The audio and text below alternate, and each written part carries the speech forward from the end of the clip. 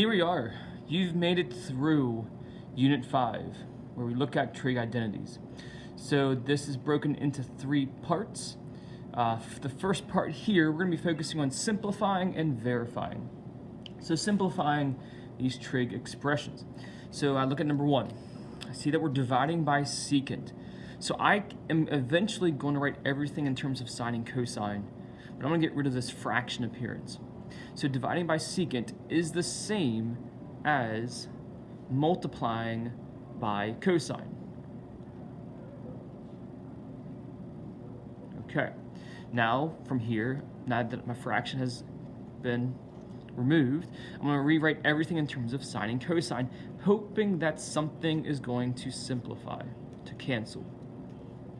This 1 over sine and cosine. So as we examine this, we notice something quite nice. We have sines, we have cosines. So all of that simplifies to 1. So looking at number 2. So we have secant of phi multiplied by sine of pi over 2 minus phi.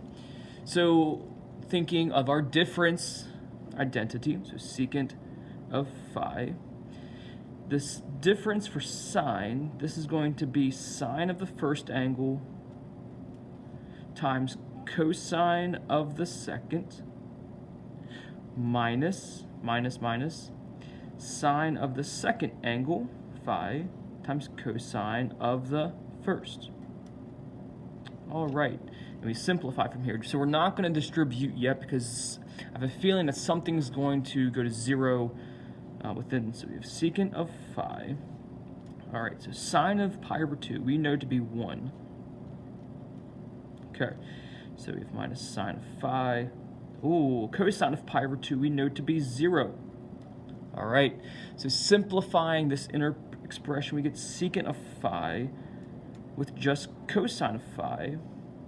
And knowing that they are reciprocals of each other, we get a simplified expression of just 1. So I do not want to give you the false impression that everything's going to simplify to 1. It's just that these two did. Okay, so looking at verifying.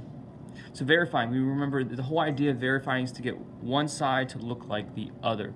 So let's focus on number 3. So you have 1 plus secant squared of x times sine squared of x. So I'm trying to get secant squared of x. So I do have an identity for secant squared. That's 1 plus tangent squared equals secant squared. Secant squared. So if I can get 1 plus tangent over here, that'd be quite nice. So let's see. 1 plus, this is 1 over cosine squared. Okay. So, the two expressions here will just simplify to just sine squared of x over cosine squared of x, which is tangent squared of x. Which, there we go, using our Pythagorean identity, is secant squared of x, which is exactly what we wanted. Okay, so verified. We're done. Looking at the next. So, fractions. So if you have not learned this yet, when we see 2 fractions, whether being subtracted or added, right away think of common denominator. So the room we have here to write this is a little small, but do our best. So we're going to multiply the numerator by the other denominator. So we have tangent of x minus 1, multiplying that by cotangent of x plus 1. And we're going to add with that cotangent of x minus 1, so the numerator of the second, multiplied by tangent of x plus 1. Okay, all of that is over tangent of x plus 1, cotangent of x plus 1. Knowing that we're trying to get this to equal 0, what makes this really easy for us, if we understand to equal 0, we want the numerator to equal 0. So we can disregard now the denominator. We don't care what the denominator simplifies to. We want to show that the numerator is 0. Now doing that, so the numerator becomes, so we'll put a bullet and a bullet here.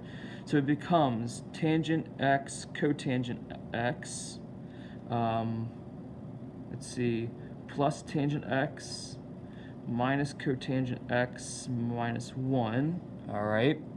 And then we have the second expression. We have plus cotangent x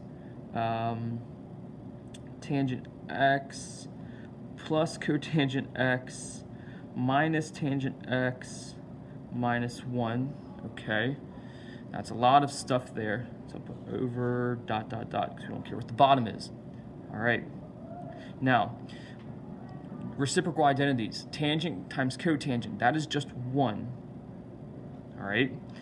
And if we notice, I have a positive tangent and a negative tangent, a negative cotangent and a positive cotangent, so they cancel, which gives us minus 1 here, and then another cotangent tangent, so that's a plus 1, and then a minus 1. I think we're getting closer. We're trying to get 0. So 1 minus 1 plus 1 minus 1, all of that equals 0, and verified. Verified. Okay, so equaling 0, we only focus on the numerator. Having fractions, we combine them using a common denominator. Now looking at number 5. Okay, so sine of 2 alpha multiplied by cotangent alpha plus tangent of alpha equaling 2. Fascinating. So in looking at this and thinking of this, using our double angle identity for sine, that is going to be 2 sine alpha cosine alpha. All right. So we have, this is in terms of sine and cosine. Let's rewrite cotangent and tangent in terms of sine and cosine. So cotangent is cosine alpha, sine alpha, and then tangent is sine alpha over cosine alpha. All right. So we have something on the outside being multiplied by a group. I'm thinking distributive property. So we're going to distribute this group to each piece. So to the first and to the second. In doing so, when I multiply this by cosine over sine, the sines will cancel. So you have 2. And then we have cosine times cosine, so cosine squared alpha. Then looking at the second fraction, we have 2 sine cosine. There's a cosine on the bottom, so the cosines will cancel now, and sine times sine is sine squared. Aha. I love seeing cosine squared plus sine squared, so because I know what that equals. So pulling a 2 out, because that's 2, there's a 2 in common, we get cosine squared alpha plus sine squared alpha. I love that because that is equal to just 1. So we have 2 times 1. Remember, we're trying to get this to equal 2, and there we go. Verified.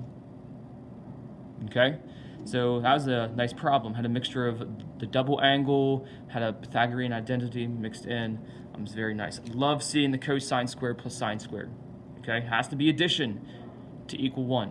Subtraction, that's one of our other identities. Okay? So moving on. Actually, no. That's it. Part 1. Moving on, in the next video, I'll put a little link here at the end so you can just quickly go to it. You'll move on in the unit and look at possibly double angle, half angle, and possibly even sum and difference identities. So best of luck continuing this review, and I'll see you in the next video.